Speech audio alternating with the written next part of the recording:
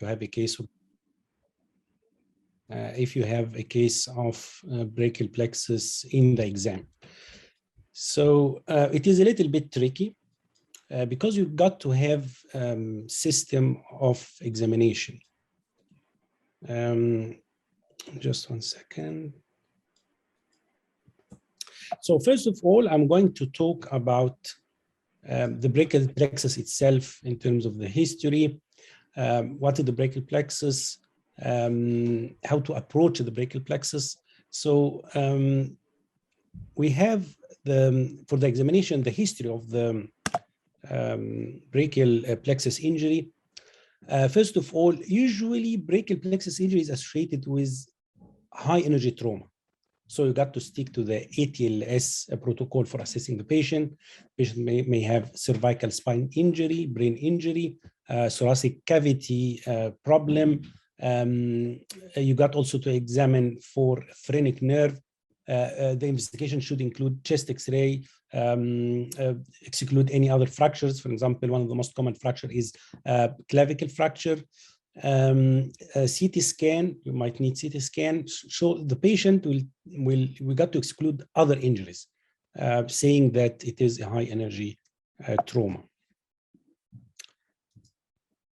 So the aim of clinical examination of brachial plexus is to determine the level of lesion, the extent of injury, and the presence of any poor prognostic signs.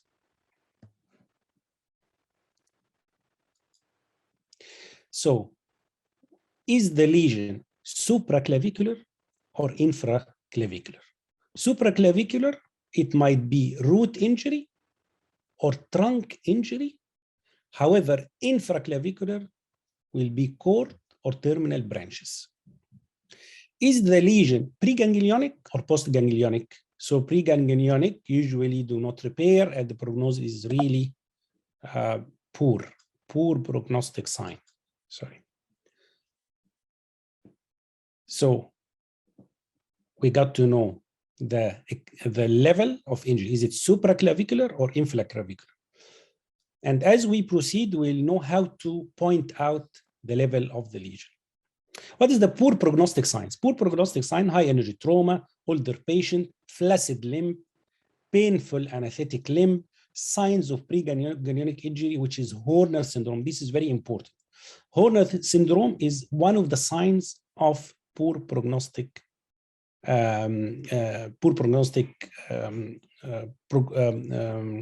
effect.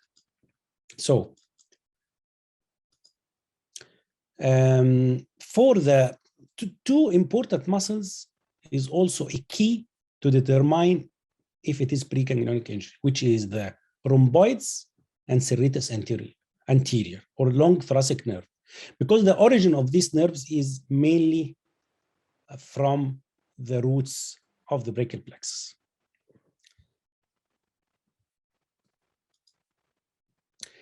What is the prerequisite for examination of brachial plexus? You got, first of all, to know the anatomy. So you got to know the anatomy of the brachial plexus so that you can determine what is the level of the lesion, what is the nerve supply of the roots, what is the nerve supply of the trunks, the cords, and so on. So anatomy of the brachial plexus. Shoulder-girdle muscle examination. So the proximal part of the shoulder is important. So shoulder muscle, I'm going to determine which muscles you got to examine, including the rotator cuff muscles. We have the 4 rotator cuff muscles, which I have mentioned how to examine rotator cuff muscle in shoulder examination previously. Peripheral nerve examination, dermatomes and myotomes. I'll go through quickly the brachial plexus. So the brachial plexus, we have from root 5 till T1, and we have contribution from C4.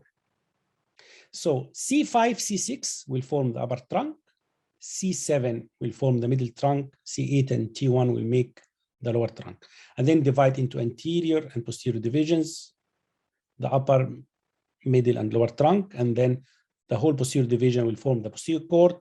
The anterior divisions of the upper and middle trunk will form the lateral cord, and the medial cord, the anterior division of the lower trunk. What is the nerves of coming from the roots. Two important nerves: long thoracic, which is the nerve to serratus anterior, 5, 6, 7, and dorsal scapular nerve, which is the nerve to the rhomboids muscle. So we'll keep in our mind that injury or weakness of the serratus anterior, which will be shown by winging of the scapula, and weakness of the rhomboids, which is retraction of the shoulder, is a sign. It is actually a bad sign, bad prognosis sign, because it means that the roots are affected, and it might be preganglionic injury, especially if it is associated with Horner syndrome. Then we have the upper trunk. What is the nerves of the upper trunk? We have the supraclavicular nerve, supraspinatus and infraspinatus. So, for example, if we examine the patient and we notice that there is atrophy of the supraspinatus, infraspinatus fossa, so we have trunk injury because the supraclavicular nerve, which supplies supraspinatus, infraspinatus, are weak. We have nerve to subclavius, but we don't usually examine the subclavius muscle because there's many muscles which have the same action. What are the nerves of the cords? Nerves of the cords, we have nerves from the posterior cord, we have nerves from the lateral and the medial. The posterior cord, which is the most important, we have the subscapularis muscle, which supplies by the upper and lower subscapular nerve. We have the thoracodorsal nerve, which is nerve to serratus anterior. These are the two muscles which are supplied by the posterior cord. Then we have the medial cord. It's all medial antebrachial nerve, medial brachial cutaneous nerve of the arm and forearm, and we have the medial pectoral nerve. The lateral cord, we have the lateral pectoral nerve for pec major. Then we have the peripheral nerves, and then we'll discuss how to examine the musculocutaneous, axillary, medial nerve, radial nerve, and ulnar nerve. So you got to know the anatomy and memorize it so that you can examine the brachial plexus without being confused. So our prerequisite is the anatomy, shoulder girdle examination, peripheral nerve examination, dermatomes and myotomes.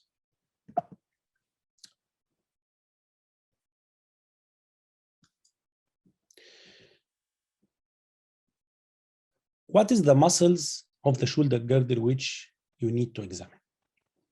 So I divide it into 3 muscles in the front, 3 muscles in the back, and the rotator cuff muscle examination. So the 3 muscles in the front, you have the deltoid, the pec major, and the latissimus dorsi muscle, which is supplied by lateral dorsal thoracodorsal nerve. The back muscles, you have the rhomboids, you have the serratus anterior and trapezius. And then you have the rotator cuff muscle. After examination of the muscle, shoulder girdle muscles, you will have a clue. And why is that? For example, if you examine the muscles of the shoulder girdle and you find supraspinatus, infraspinatus muscles are weak. So in your mind now, the supraclavicular nerve is affected, and it is part of the upper trunk. So now in your mind, you have trunk injury. 5, 6 roots are affected. Is it supraclavicular or infraclavicular? How could you notice? How could you know? So you examine the serratus anterior and rhomboids. If the serratus anterior and rhomboids are intact, so it is supraclavicular, but postganglionic or upper trunk injury. If you have the serratus anterior and rhomboids are affected, this means there's root aversion, poor prognosis, and the level of injury is in the roots. This is how you will think about examination of the brachial plexus. So shoulder girdle examination, you have the rotator cuff muscle examination, so supraspinatus, infraspinatus, teres minor, subscapularis, and you have the 3 muscles in the front, 3 muscles in the back.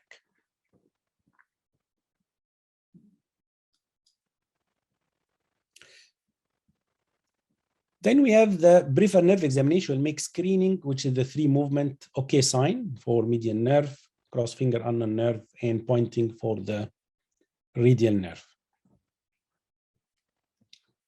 Sensory examination or dermatomal examination is also a useful tool to determine the level. So you know that the dermatomal distribution in the upper limb, you know, C5, C6, 7, middle finger, 8, little finger, inner part of the hand, and the forearm. Then you have T1 and T2. So dermatomal examination will confirm your diagnosis. For example, if you have 5-6, so you'll have the skin over the lateral part of the shoulder is affected. You have the myotomes as well. And the terminal branch examination of the brachial plexus. So you have the deltoid C5 as supplied by axillary nerve, biceps, musculocutaneous nerve, triceps, radial nerve. And this is the examination of the terminal branches. Dermatomal examination.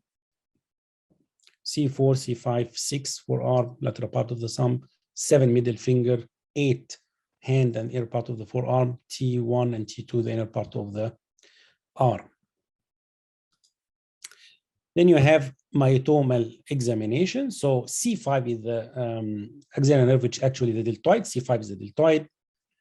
C6, so 5, 6, mainly C6 biceps, triceps C7, extension of the wrist C7, flexion of the wrist C8, and flexion of the finger C8, and you have the intrinsic muscles of the hand T1. Okay, so steps for examination of the brachial plexus. So now you know how to approach the brachial plexus. What is the brachial plexus? And we got to start examination of the brachial plexus. So what is the most common types of brachial plexus injury? So the most common is herpes or the upper herpes palsy or the upper trunk injury, 5-6. Second most common is Klumpig's paralysis or C8-T1. Simply, you can differentiate that C5, C6, the proximal part of the upper limb is affected. In Klumpig's or the lower trunk, you have the hand function is affected and probably you'll have a claw hand. And then the third type is flaccid, complete injury of the brachial plexus. I believe the most common will be the herpes or upper trunk brachial plexus injury. So first of all, after taking the appropriate history, step 1, let the patient stand up and see his gait. So first of all, if the patient can stand up and have like reasonable gait, which means that he don't have spinal cord injury, he don't have any upper motor neuron lesion, then you got to look at his face if there is Horner syndrome, which is bad prognostic sign. Then you look if there is any scars, if there is any tenderness over bony prominence, if there is malunited fracture, especially fracture of the clavicle. So this is an inspection. It will take like less than 1 minute.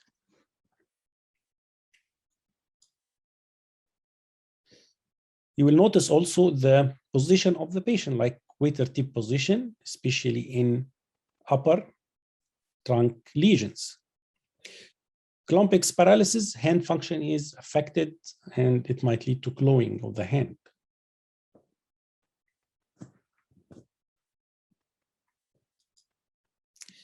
Step 2, as we said, feel any bony prominence. You can also examine the sensation, dermatomes. It will give you a quick screening of the level of the lesion. Feel the pulse if there is any sweating, if there is autonomic nerve injury. Then step 3. Step 3 is movement. The movement, you will assess the movement of the patient upper limb in relation to the anatomical structure of the brachial plexus.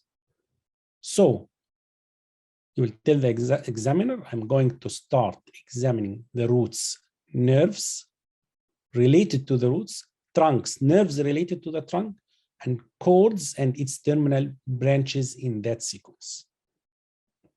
And that's what exactly we said.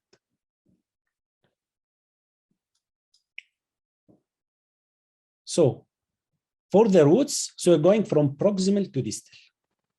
After doing the inspection, palpation, sensory examination, you will start examining the muscles from proximal to distal. So start with the shoulder, as we said, 3 muscles in the front, 3 muscles in the back, and rotator cuff muscle examination.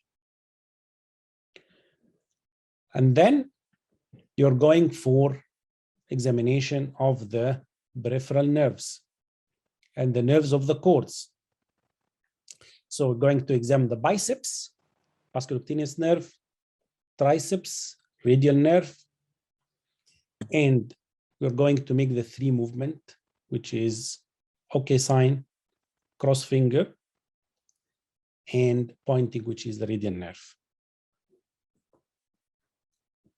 If you would like to confirm the diagnosis, you can also go for myotome examination, which is C5, abduction, which is the deltoid, C6, biceps, 7, triceps, extension of the wrist, 7, flexion of the fingers, C8, and intrinsic muscles of the hand, T1.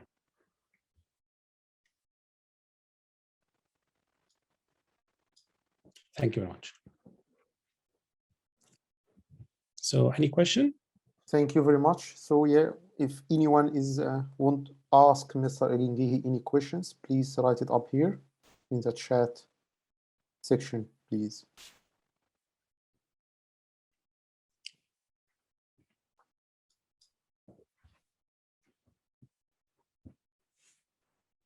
Okay, so I'll stop recording now.